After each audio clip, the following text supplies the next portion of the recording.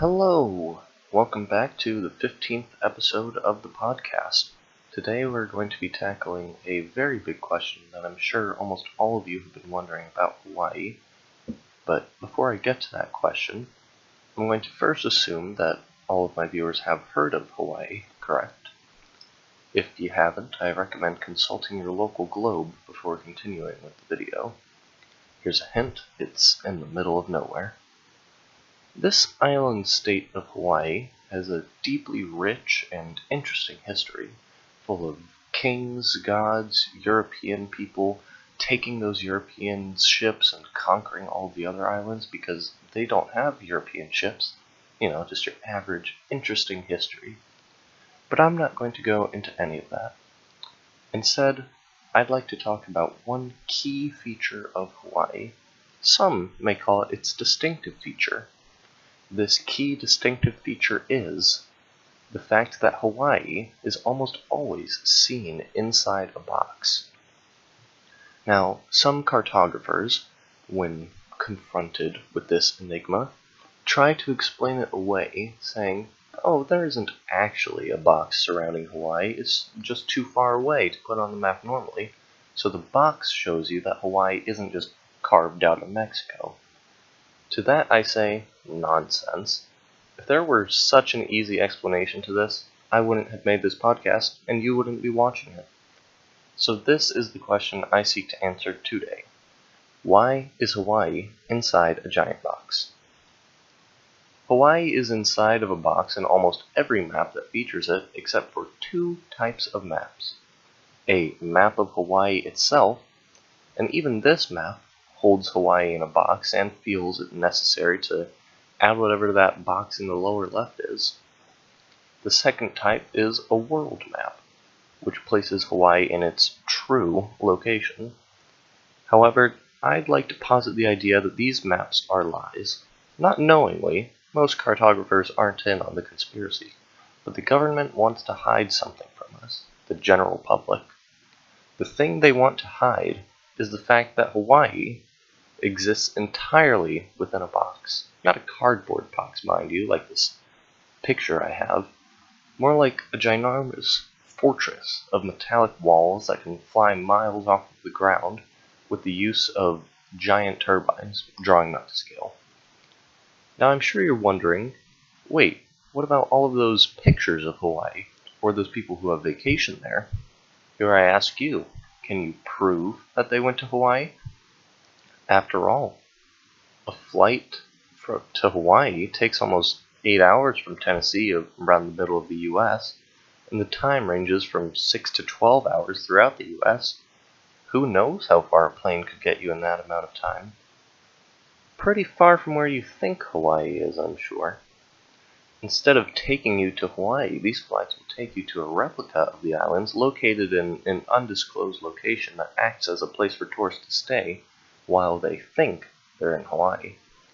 The real islands of Hawaii, meanwhile, are floating hundreds of miles above the Earth, which technically puts them in space, but the point I'm trying to say is they're high up.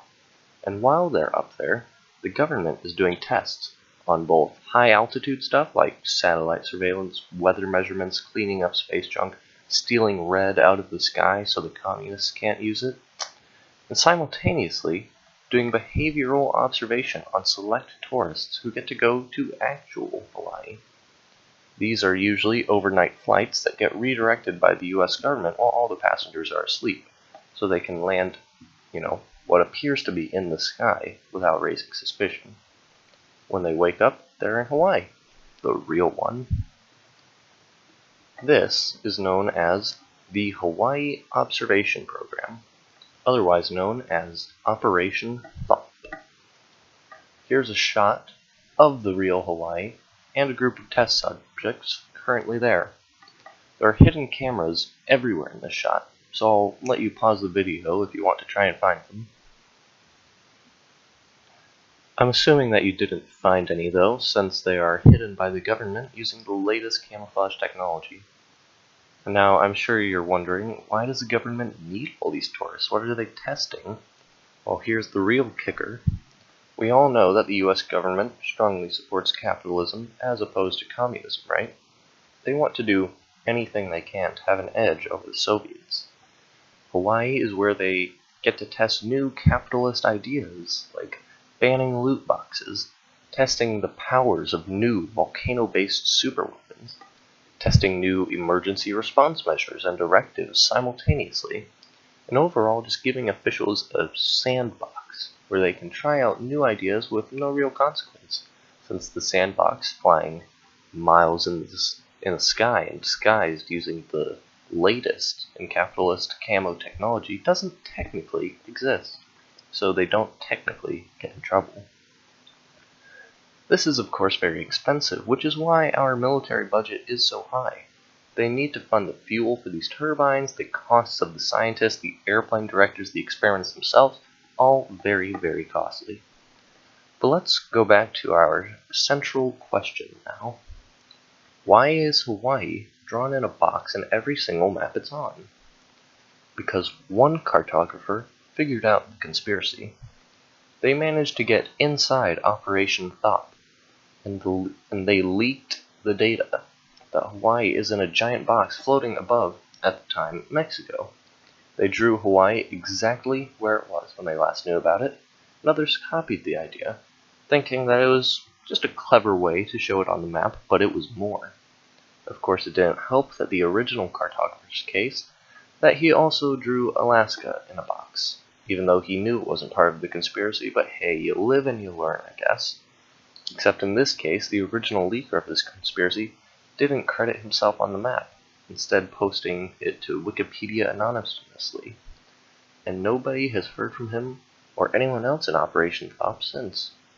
This unsung hero of truth may not have convinced many that Hawaii was floating above Mexico. They've convinced me, and I hope that I've convinced you now too. That's about it. Thanks for watching.